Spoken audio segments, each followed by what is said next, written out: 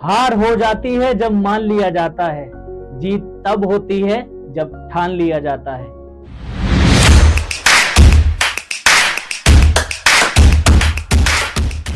नमस्कार, मेरा नाम है सौरभ भारद्वाज और आप देख रहे हैं वेलडोज फार्मा। बच्चों, जैसा कि मैंने आपको अपनी पिछली वीडियो में बताया था कि आज हम आपसे बात करेंगे स्कोप ऑफ फार्मेसी के बारे में। बच्चों, जब भी हम स्कोप ऑफ फार्मेसी के बारे में सोचते हैं तो अक्सर कंफ्यूज हो जाते हैं कि फार्मेसी करने के बाद हमारे पास बहुत लिमिटेड अपॉर्चुनिटीज हैं। ये तब होता है जब हमें लैक ऑफ इंफॉर्मेशन होती है। यहां पर अगर बात करें फार्मेसी में अपॉर्चुनिटीज की, तो इतनी अपॉर्चुनिटीज है शायद आपने कभी सुनी भी नहीं होंगी, और जो मैं आज आपको बताने जा रहा हूं वो आपके फ्यूचर के एस्पेक्ट्स में बहुत ही इंपॉर्टेंट है। तो जितना भी मैं आज आपको बताने जा रहा हूं वो जरा ध्यान से सुनिएगा और ये आपके भविष्य के लिए बहुत लाभदायक हो सकता है। अगर हम यहां पे बात करें स्कोप ऑफ फार्मेसी की, तो स्कोप ऑफ फार्मेसी को बेसिकली मैंने 5 क्लासेस में डिवाइड किया है। यहां पहली जो मोस्ट पॉपुलर है और बच्चों की बहुत डिमांडिंग इस जॉब को लेकर रहती है, उसकी मैं सबसे पहले बात करने जा रहा हूं गवर्नमेंट जॉब। सबसे पहली कैटेगरी है गवर्नमेंट जॉब्स की। फार्मेसी करने के बाद हमारी किन किन गवर्नमेंट सेक्टर्स में जॉब लग सकती है, मैं उनके बारे में आपको बताऊंगा। Then semi government job. Semi government jobs जो होती हैं ये 2 तरीके से होती हैं। एक प्राइवेट इंडस्ट्री में गवर्नमेंट की फंडिंग होती है, गवर्नमेंट के शेयर होते हैं, ऐसी कंपनीज को हम सेमी गवर्नमेंट कंपनीज कहते हैं। या एक दूसरा तरीका यह भी है कि गवर्नमेंट अपने यहां पे कुछ संविदाओं की नौकरी निकालती है, यानी संविदा पे आपको रखती है। ऐसी जॉब्स को भी हम सेमी गवर्नमेंट जॉब कहते हैं, क्योंकि वो परमानेंट नहीं होती है, गवर्नमेंट जॉब नहीं होती है, वो एक तरीके की सेमी गवर्नमेंट जॉब होती है, फंडिंग जिसमें गवर्नमेंट की तरफ से हमें मिलती है। चलिए नेक्स्ट अगर हम बात करें तो वो है प्राइवेट जॉब्स। प्राइवेट जॉब्स ये मैंने 3 कैटेगरी में डिवाइड करी है। आगे जब मैं आपको बताऊंगा कि प्राइवेट जॉब में कौन कौन सी अपॉर्चुनिटीज हैं, तब इसका पूरी तरह से मैं आपको क्लासिफिकेशन समझाऊंगा। नेक्स्ट है आपका बिजनेस, यानी कि आप अपना कोई स्टार्टअप कर सकते हैं, एंटरप्रेन्योरशिप कर सकते हैं, तो वो इस कैटेगरी में आता है। और लास्ट है आपका अदर्स। इसके बारे में भी मैं आपको बताऊंगा कि इन फील्ड्स को छोड़ के और अदर फील्ड में भी फार्मेसी की जॉब्स निकलती हैं, हमारे पास उनमें जॉब करने की अपॉर्चुनिटीज होती हैं।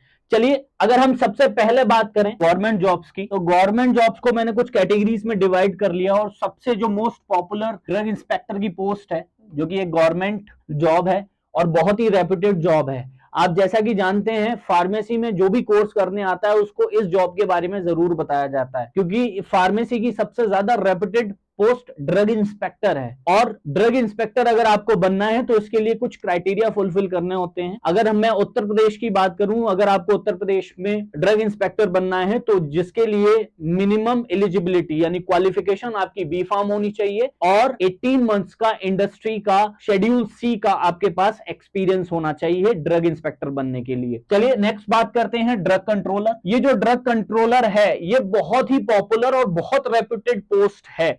बहुत से बच्चे इसके बारे में नहीं जानते हैं कि ड्रग कंट्रोलर क्या होता है। बच्चों, जब भी मार्केट के अंदर किसी भी नई ड्रग का क्लिनिकल ट्रायल होता है या मार्केट के अंदर कोई नई दवा आनी होती है, तो उसके लिए सबसे पहले जो परमिशन ली जाती है वो ड्रग कंट्रोलर की ही ली जाती है। इंडिया में जो ड्रग कंट्रोलर की पोस्ट होती है उसको हम डीसीजी के नाम से जानते हैं, डीसीजीआई। डीसीजीआई मतलब drug controller general of India, यानी यही वो शख्सियत है जो किसी भी नई ड्रग को मार्केट में आने से पहले एक परमिशन अलाउ करता है कि आप उसका क्लिनिकल ट्रायल्स कर सकते हैं और मार्केट के अंदर पेशेंट्स के लिए अवेलेबल करा सकते हैं। चलिए अब बात करते हैं साइंटिस्ट इन सीएसआईआर, सीडीआरआई और आईसीएमआर लैब्स, यानी कि ये 3 लैब्स हैं। इन तीनों लैब्स में आपको साइंटिस्ट बनने का मौका मिलता है। बच्चों, मैं यहाँ पे एक चीज आपको बता दूं, ये जो आईसीएमआर लैब्स है यानी कि Indian council of medical research, इसमें पहले फार्म डी को इंक्लूड नहीं किया गया था,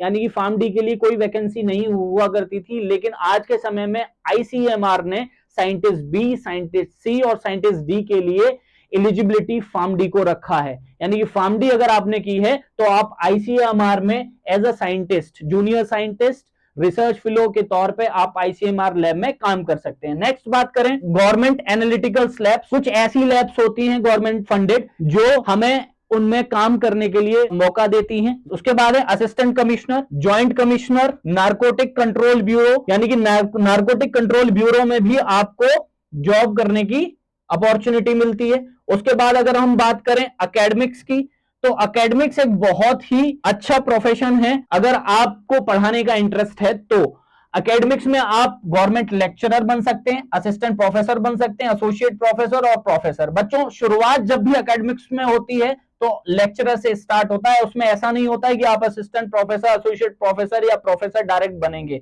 हाँ, आप असिस्टेंट प्रोफेसर बन सकते हैं अकॉर्डिंग टू योर डिग्रीज। जितनी हायर डिग्री आपके पास होगी आप असिस्टेंट प्रोफेसर बन सकते हैं। मान लीजिए आपके पास पीएचडी है तो आप असिस्टेंट प्रोफेसर के लिए एलिजिबल हैं, लेकिन एसोसिएट और प्रोफेसर बनने के लिए आपको एक्सपीरियंस गेन करना पड़ेगा।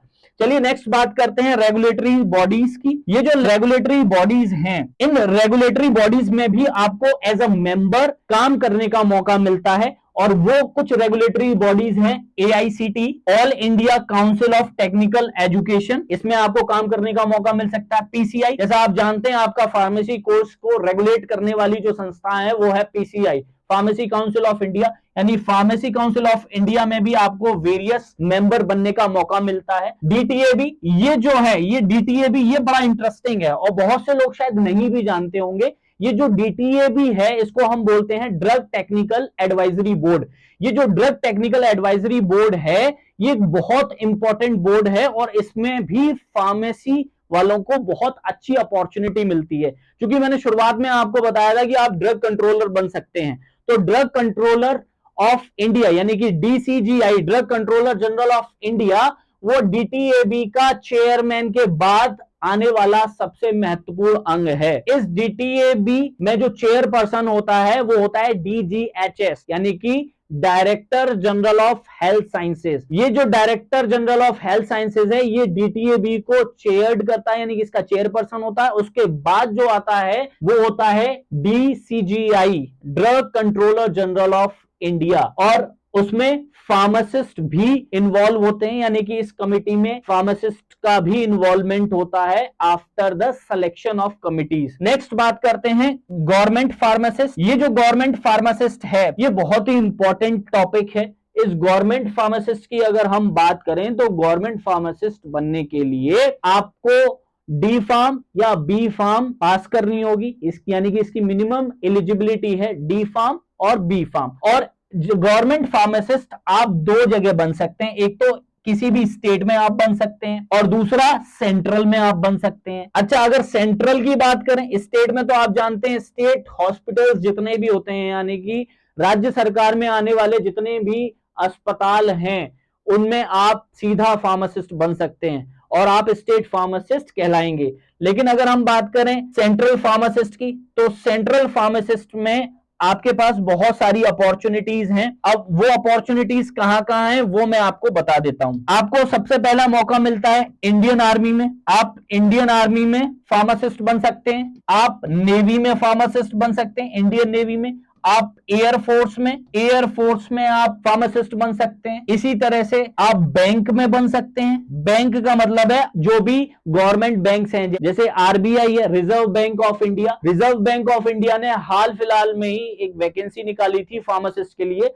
मैं आपको दिखा भी देता हूं। ये पोस्ट है RBI recruitment 2023, apply offline for pharmacist job. आप ऑफलाइन इसको अप्लाई कर सकते हैं और इसकी जो लास्ट डेट है आप देख सकते हैं वो है 13/6/2023 यानी 13/6/2023, यानी कि ये अभी भी एप्लीकेबल है। अगर आप इस वीडियो को देख रहे हैं, इस वीडियो को देखकर आप यहां पे फॉर्म भर सकते हैं। लेकिन ये जो वैकेंसी है ये वैकेंसी चंडीगढ़ में निकली है, यानी कि चंडीगढ़ में रहने वाले जितने भी लोग हैं और उन्होंने फार्मेसी कर ली है तो वो इस पोस्ट के लिए एलिजिबल हैं। चलिए नेक्स्ट हम बात करते हैं अपनी और सेंट्रल फार्मासिस्ट जॉब की। जैसे बैंक मैंने आपको बता ही दिया। दूसरा, उसके बाद रेलवे में भी आप फार्मासिस्ट बन सकते हैं। रेलवे में भी बहुत अच्छी अपॉर्चुनिटी है आपको फार्मासिस्ट बनने की। इसके बाद नेक्स्ट अगर हम बात करें तो वो है semi government job. Semi government job के बारे में मैंने आपको बता ही दिया था। ये वो जॉब्स होती हैं जिनमें गवर्नमेंट की फंडिंग होती है, गवर्नमेंट के शेयर्स होते हैं, जिसमें आपकी जॉब की रिलायबिलिटी होती है और आप वहां पे अच्छा पैकेज भी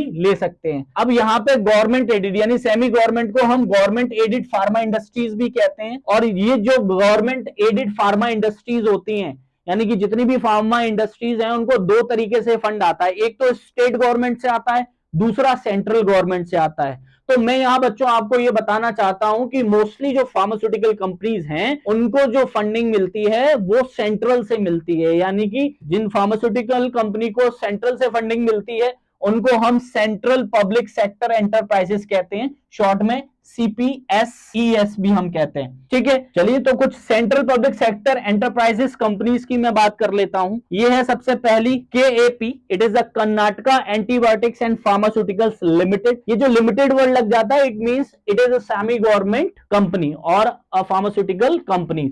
RDPL, it is the Rajasthan drug pharmaceutical limited. ये जो कंपनी है ये जयपुर बेस्ड कंपनी है, यानी कि जयपुर में इसका प्लांट है और गवर्नमेंट फंडेड फार्मास्यूटिकल इंडस्ट्री है। इसके बाद HAL की बात करें तो HAL है, it is the Hindustan antibiotics laboratories limited. ये जो है ये पिंपली पुणे में, इसका जो प्लांट है वो पिंपली पुणे में है और इसमें भी आप अप्लाई कर सकते हैं। बच्चों मैं आपको एक लिस्ट दिखाना चाहता हूं, ये है list of NABL accredit laboratories. NABL का मतलब होता है national accredit board for testing and calibration laboratories. ये जो एजेंसी है ये किसी भी गवर्नमेंट एडेड फार्मास्यूटिकल लैब्स को परमिशन देती है, यानी कि उसके स्टैंडर्ड के बेस पे उन्हें परमिशन देती है। तो आप ये देख सकते हैं ये कुछ ड्रग एंड फार्मास्यूटिकल्स कंपनीज हैं जो गवर्नमेंट फंडेड हैं और आप इन सभी कंपनीज में टाइम टू टाइम उनकी वेबसाइट पर जाकर वैकेंसी के बारे में पता कर सकते हैं और इनमें अप्लाई कर सकते हैं। ये सारी की सारी जितनी भी गवर्नमेंट एडिंग लैबोरेटरीज हैं इनका मैं बायो में लिंक डाल दूंगा और आप इसको डाउनलोड कर सकते हैं और आप देख सकते हैं कि इनकी टाइम टू टाइम कब वैकेंसी आ रही है और आप उस वक्त इसको अप्लाई कर सकते हैं। चलिए अब बात करते हैं प्राइवेट जॉब्स की। तो ये जो प्राइवेट जॉब्स हैं इनको मैंने 3 कैटेगरीज में डिवाइड कर रखा है। पहला है फार्मा इंडस्ट्री, दूसरा है मेडिकल राइटर और तीसरा है एकेडमिक्स। ये जो पहली कैटेगरी है फार्मा इंडस्ट्री की, ये बहुत ही पॉपुलर और बहुत ही इंटरेस्टिंग इंडस्ट्री है आपकी जॉब के लिए, क्योंकि इसमें बहुत सारी जॉब्स निकलती हैं। यानी सबसे ज्यादा अगर जॉब कहीं निकलती है वो फार्मा इंडस्ट्री में निकलती है और फार्मा इंडस्ट्री के अलग अलग डिपार्टमेंट में। जैसे सबसे पहले मैंने आपको बताया प्रोडक्शन में अच्छी अपॉर्चुनिटी है। QC and QA, quality control और क्वालिटी एश्योरेंस।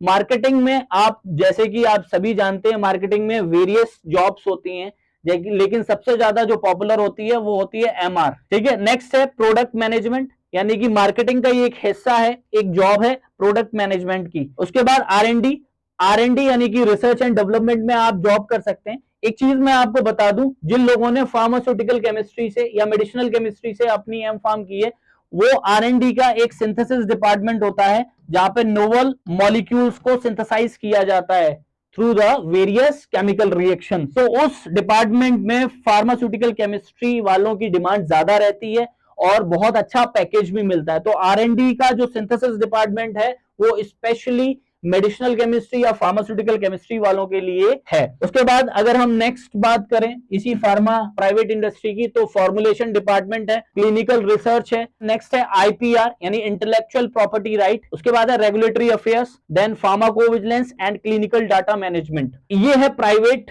इंडस्ट्री का डिपार्टमेंट, यानी कि यहाँ पे बहुत सारी जॉब्स निकलती हैं और आप उनमें अप्लाई कर सकते हैं। अब ये जो नेक्स्ट है मेडिकल राइटर, इस मेडिकल राइटर की पोस्ट आप देख रहे होंगे। मेडिकल राइटर की पोस्ट आजकल बहुत ज्यादा निकल रही है। एक्चुअली में मेडिकल राइटर का काम क्या होता है, to prepare the document physical and online, यानी कि जितने भी फिजिकल और ऑनलाइन डॉक्यूमेंट्स होते हैं उन डॉक्यूमेंट्स को प्रिपेयर करने का काम जो होता है वो होता है मेडिकल राइटर का। उसके बाद नेक्स्ट बात करते हैं एकेडमिक्स में। एकेडमिक्स जैसा मैंने आपको बताया था, जिस तरीके से गवर्नमेंट सेक्टर्स के एकेडमिक में जो जॉब्स निकलती हैं वैसे ही प्राइवेट के एकेडमिक सेक्टर में भी उसी तरीके की सेम जॉब निकलती हैं। Lecturer, assistant professor, associate professor और प्रोफेसर, इनकी जॉब निकलती हैं। नेक्स्ट बात करते हैं एंटरप्रेन्योरशिप की, यानी कि बिजनेस की। अब अगर हम बिजनेस की बात करें तो बिजनेस को मैंने कई पार्ट्स में डिवाइड कर रखा है। बेसिकली मैंने 5 पार्ट में इसको डिवाइड किया और मैं आपको बता देता हूं। अगर आपको बिजनेस करना है तो आप रिटेल फार्मेसी यानी कि अपने खुद की एक फार्मेसी शॉप खोल सकते हैं, आप होलसेल फार्मेसी खोल सकते हैं, आप डिस्ट्रीब्यूटरशिप ले सकते हैं। डिस्ट्रीब्यूटरशिप का मतलब होता है आपने किसी कंपनी की एक डिस्ट्रीब्यूटरशिप ले लिया और पूरे उस एरिया में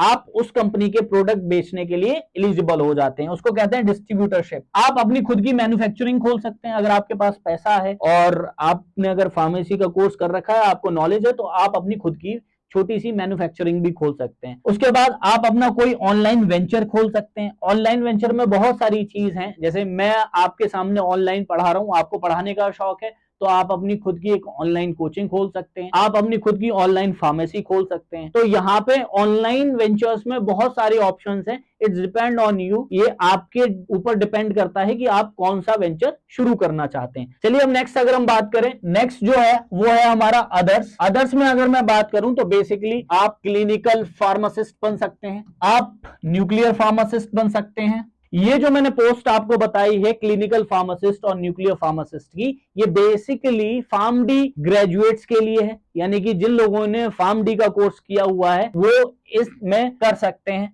उसके बाद आप अब्रॉड में फार्मासिस्ट बन सकते हैं, यानी कि अब्रॉड में जाके आप कोई भी फार्मासिस्ट जॉब चूज कर सकते हैं। जैसे मैंने आपको बताया क्लिनिकल, न्यूक्लियर और बहुत सारी जॉब्स हैं, आप उन जॉब्स को चूज कर सकते हैं। और मैं आपको यहाँ पे एक चीज बता दूं, जो बाहर यानी कि अब्रॉड में फार्मासिस्ट के लिए बहुत वाइड अपॉर्चुनिटीज हैं, और ये आपके इंटरेस्ट पे डिपेंड करता है कि आप इंडिया में रहकर जॉब करना चाहते हैं या अब्रॉड में रहकर जॉब करना चाहते हैं। बच्चों, मैंने इस वीडियो में आपको पैकेज के बारे में नहीं बताया है, यहां चलते चलते मैं आपको बताता चलूं, दो चीजें, एक अच्छी जॉब और एक अच्छा पैकेज, तीन चीजों पे डिपेंड रहती हैं। पहला आपकी इंस्टीट्यूशनल रेपुटेशन, दूसरा आपकी कोर नॉलेज यानी कि डोमेन नॉलेज कैसी है, और तीसरा सबसे इंपॉर्टेंट आपकी कम्युनिकेशन स्किल। बच्चों, मेरा मानना है कि अगर आपकी इंस्टीट्यूशनल रेपुटेशन भले अच्छी ना हो, लेकिन आपकी कोर नॉलेज यानी कि डोमेन नॉलेज और कम्युनिकेशन स्किल अगर अच्छी है, तो आप किसी भी बेस्ट कंपनी को यानी किसी भी अच्छी कंपनी को अपनी तरफ आकर्षित कर सकते हैं और बेस्ट पैकेज ले सकते हैं। अगर मैं फार्मा इंडस्ट्री की बात करूं, फार्मा इंडस्ट्री वर्ल्ड की टॉप मोस्ट इंडस्ट्रीज में आती है और आने वाला समय इंडियन फार्मा इंडस्ट्री का है, और इसको देखते हुए फार्मा इंडस्ट्री में जॉब की कोई कमी नहीं है। आपको अगर ये वीडियो पसंद आया हो, हमारा कंटेंट पसंद आया हो, तो लाइक करें, शेयर करें और सब्सक्राइब करें। धन्यवाद।